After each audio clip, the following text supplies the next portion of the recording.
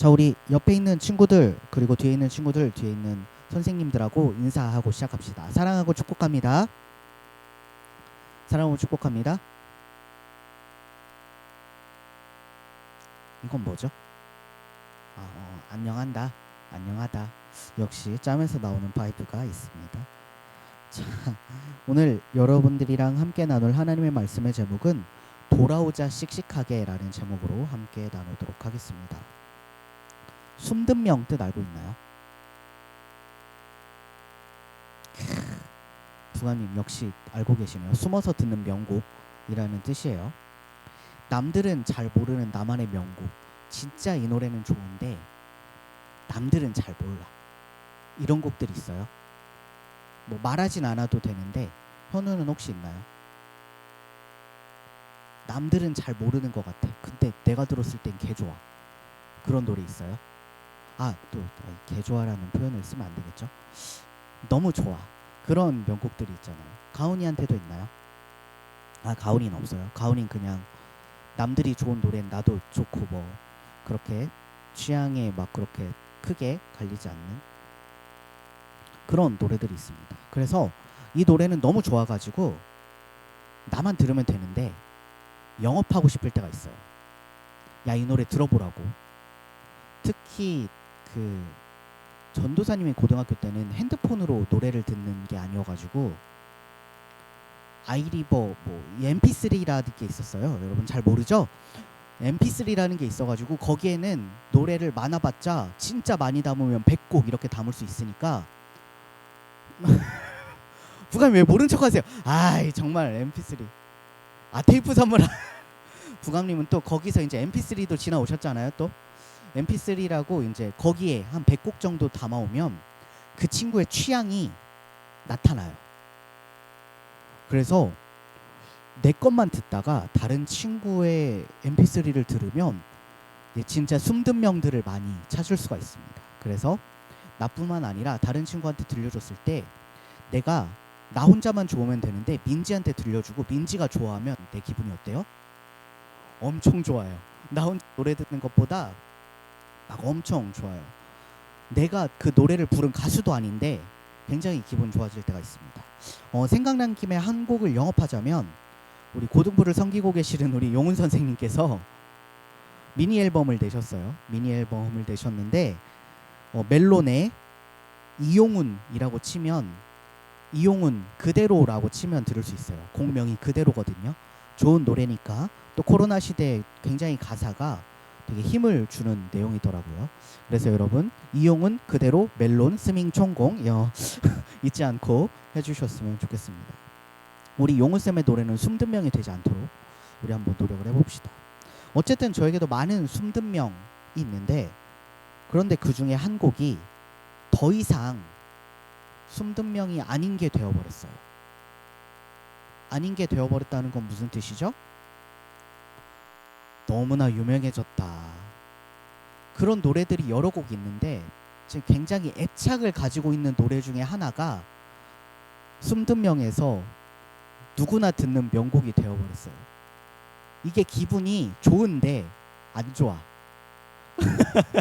무슨 뜻인지 알아요? 기분이 좋은데 너무 유명해진 거 아니야? 라는 생각이 들 때가 있습니다.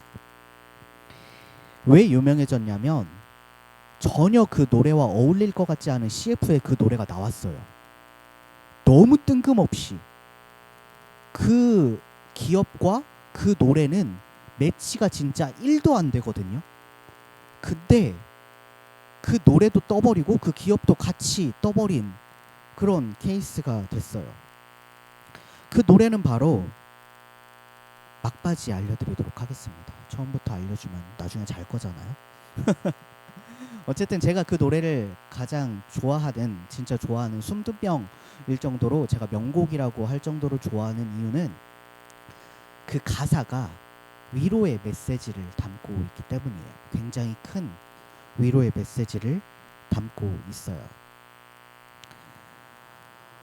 위로의 이야기를 오늘 좀 나누려고 해요. 오늘 본문을 통해서도 위로의 뜻을 인터넷으로 찾아보니까 따뜻한 말이나 행동으로 괴로움을 덜어주거나 슬픔을 달래주는 그런 의미를 가지고 있더라고요.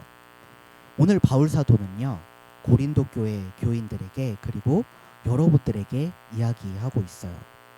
하나님께서 여러분의 괴로움과 슬픔을 달래주시는 분이라고.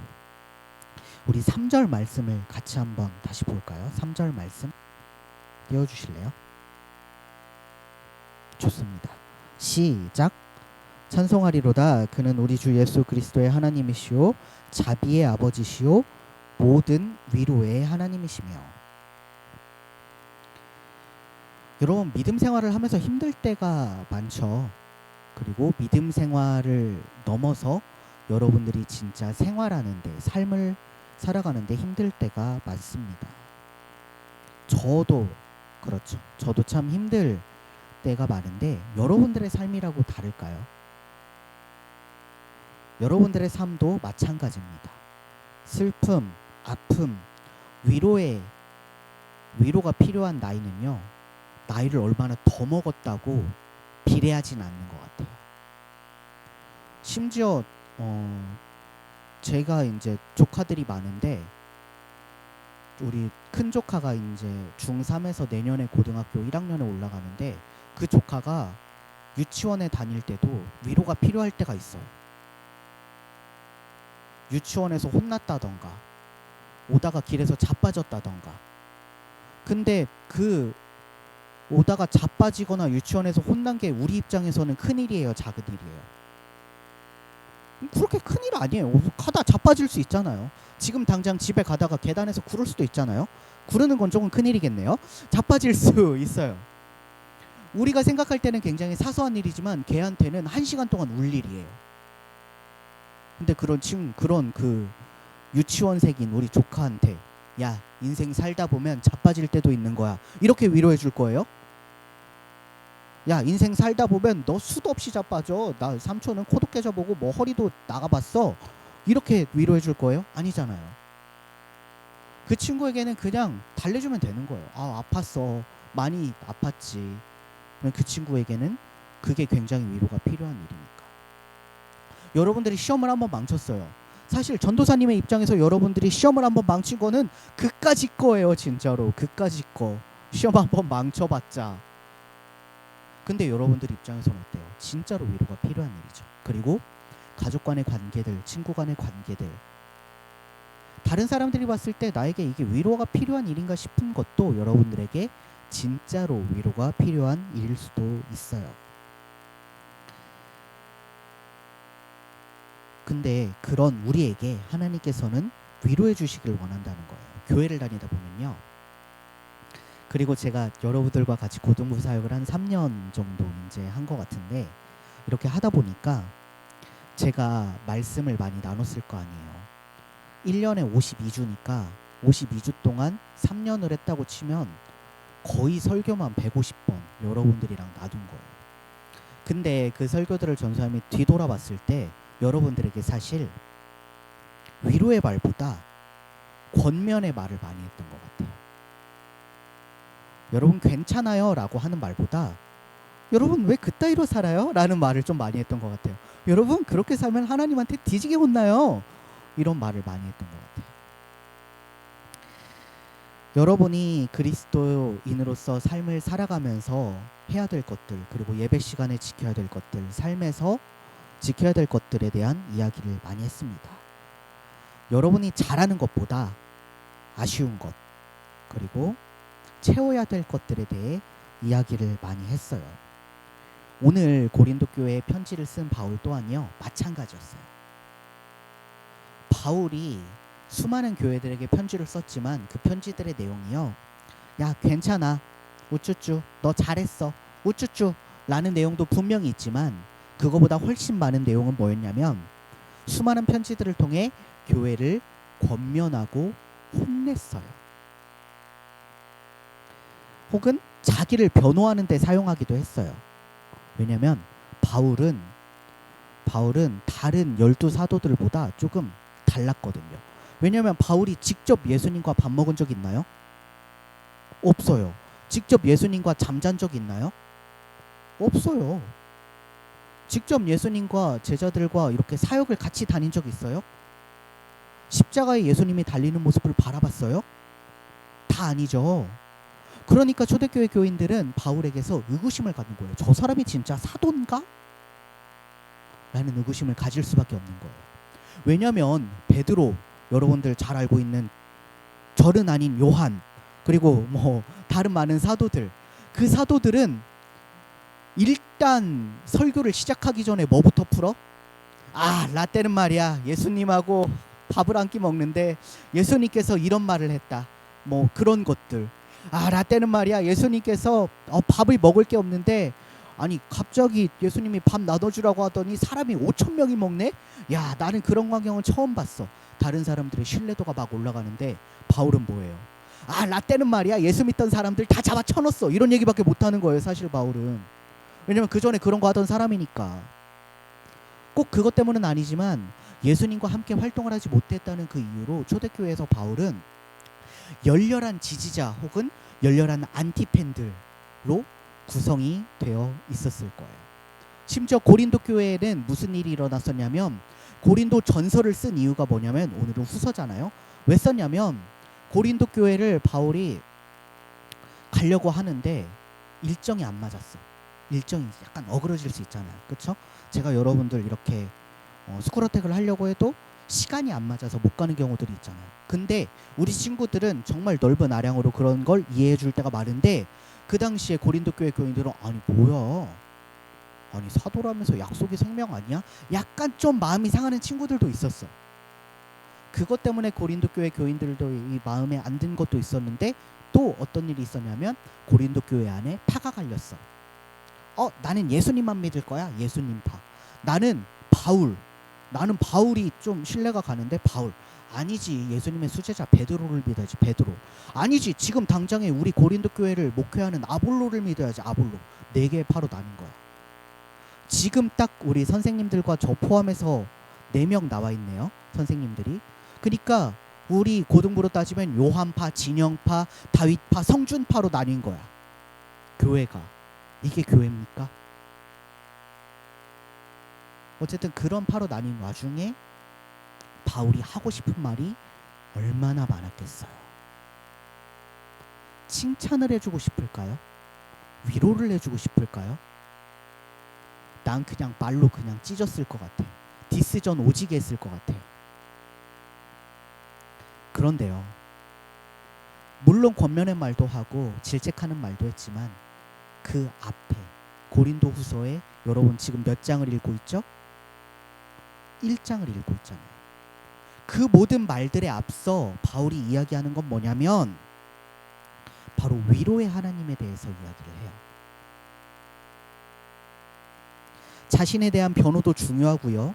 야, 나 하나님의 부름을 받은 사도야 라고 이야기하는 것도 너무나 중요하고, 그리고 고린도 교회에게 하고 싶은 이야기들도 너무나 많았지만 그보다 중요한 것이 바로 뭐라고 생각했냐면, 야, 여러분, 하나님은 여러분들의 삶을 위로하시는 분이에요 라는 거예요.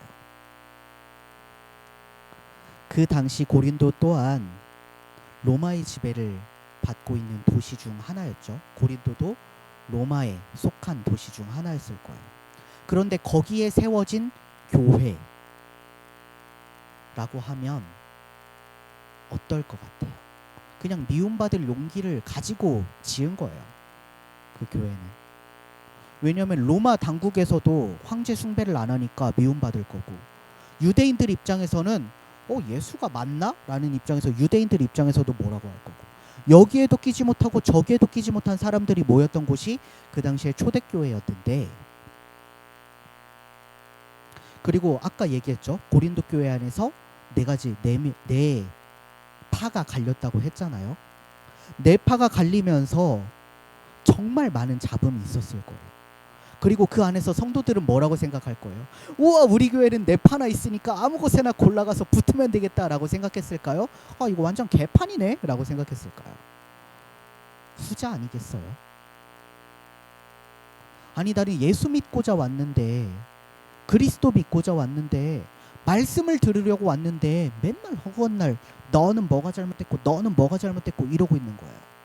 그 가운데서 거기에 속하지 못한 사람들은 많이 상처받고 실망하고 교회 자체에 대해서 회의감을 갖고 떨어져 나갔을 거예요. 그런 입장에서 바울이 쓴 편지의 첫 번째가 나오는 말이 바로 위로인 거죠. 의외예요. 의외. 하나님께서는 위로하시는 사람이라는 거예요. 어떻게 보면 제3자의 입장에서 봤을 때 죄라고 여겨질 만한 행동들, 그런 것들이 고린도 교회에 많았지만 그 앞서서 바울은 이야기를 합니다. 하나님께서는 위로의 하나님이라고요. 그리고 4절 말씀을 다시 한번 볼까요? 4절 말씀. 네. 시작. 우리의 모든 환난 중에서 우리를 위로하사 우리로 하여금 하나님께 받는 위로로서 모든 환난 중에 있는 자들을 능히 위로하게 하시는 이로다. 여러분도 환난 가운데 있다라고 저는 생각을 합니다. 그런데 우리가 환난 가운데 있다고 해서 우리의 죄가 정당화가 될 수는 없잖아요. 하나님, 내가 너무 힘들다고 해서 나 힘들어서 지은 죄니까 이건 용서해 주세요 라고 할 수는 없죠. 근데요, 하나님께서 우리가 그런 이야기를 하기도 전에 먼저 이야기하시는 거예요. 야, 너 환난 중에 있음에도 불구하고, 죄 중에 있음에도 불구하고 나는 너를 위로하는 사람이야. 근데 위로라는 말을 제가 아까 다른 말로 이야기했죠. 위로 뭐라고 했어요? 따뜻한 말이나 행동으로 괴로움을 덜어주거나 슬픔을 달래준다고요. 하나님은 여러분들이 힘들 때 여러분들의 마음을 달래준다, 슬픔을 달래준다고. 그리고 5절 말씀을 통해 우리가 하나님께 받는 위로가 대체 어느 정도의 양인지를 설명해줘요. 하나님께 위로받는다는 건 알겠는데 하나님이 대체 어느 정도의 위로를 하시는데, 5절 말씀을 다시 한번 봅시다. 5절 말씀을 보면요, 그리스도의 고난이 우리에게 넘친 것 같이 우리가 받는 위로도 그리스도로 말미암아 넘치는도다. 우리가 받는 위로가 어느 정도라고요? 그리스도의 고난만 하다고요. 십자가의 사랑만큼 여러분들을 위로하길 원하신대요. 여러분들이랑 오늘 나누려고 했던 그 숨든 명이 선우정아라는 가수의 도망가자라는 곡이에요. 되게 말도 안 되는 광고에 나오긴 했는데, 야, 여기서 놀고 가는 건 어때? 라고 하는 어플에 광고로 나왔어요. 그 CF에 전혀 안 어울리는 야, 여기서 놀고 가는 건 어때? 라는 어플과 이 도망가자, 되게 가사는 잘 어울리는데 되게 뜬금없이 곡이 더 유명해졌습니다. 가사의 내용이 도망가자예요. 너 지금 힘드니까 도망가자. 내가 어디든 따라갈게. 여러분의 삶에서 도망치고 싶을 때 없었어요? 저는 많았어요. 저도 많았고 여러분들의 삶에서도 많았을 거라고 생각합니다. 그때 딱 이 노래를 들었어요. 제목부터가 도망가자잖아요. 도망가고 싶은 사람한테 도망가자라는 노래를 들으니까 당장이라도 도망갔을 건데, 그때 도망갔다면 제가 여러분들이랑 지금 이렇게 말씀을 나누고 있진 않았겠죠. 도망갈까라고 하는 마음이 크게 들게 하는 노래인데요, 실제로 가사도 그렇고요. 근데 도망가자라는 가사가 쭉 이어지다가 마지막에 가사가 바뀌어요. 원래 후렴이 그냥 계속 도망가자 도망가자 이건데 마지막엔 똑같은 의미인데 돌아오자 씩씩하게 라는 가사로 바뀝니다. 지쳐도 돼, 내가 안아줄게, 괜찮아, 좀 천천히 느려도 나만은 너랑 갈 거야, 어디든. 바울이 오늘 이야기하고 싶던 하나님의 위로가요, 오늘 여러분들이 느껴야 할 하나님의 위로가 바로 이런 게 아닌가 싶어요. 하나님은요, 도망가고 싶은 여러분들에게도 위로를 주시고요, 결국에 도망 못 갔어. 그런 친구들에게 위로를 주시고, 도망갔다가 지금 어떻게 해야 될지 모르는 친구들에게도 이야기합니다. 돌아오자 씩씩하게라고. 하나님 앞에서도 도망가고 싶을 때가 있어요. 특히 나의 죄의 문제를 가지고 있으면 그래요. 고린도 교회의 성도들도 하나님 앞에서 도망가고 싶었을 거예요. 분명히 이게 잘못된 것을 내 마음으로는 알고 있지만, 그래도 그동안에 내가 해왔던 것이 있으니까 하나님 앞에서 너무나 부끄럽고 나약한 자신의 모습을 발견할 때가 있어요. 바울은 그걸 알았던 거예요. 분명히 죄가 많은 고린도 교회 교인들이었지만, 부족한 고린도 교회 교인들이었지만, 부족한 우리 중앙교회 고등부 친구들이지만 괜찮다는 거예요. 위로해 주신다라는 거예요. 여러분, 도망가고 싶은 것이 지금 앞둔 입시일 수도 있고요, 취업일 수도 있고요, 인간 관계일 수도 있고요, 가족 관계일 수도 있고, 친구들 간의 어려움일 수도 있고,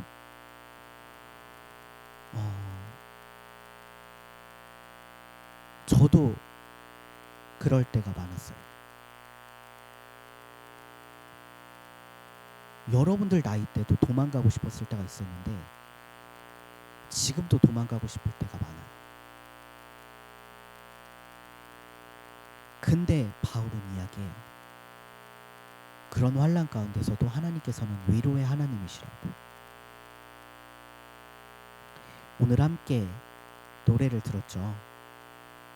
여러분,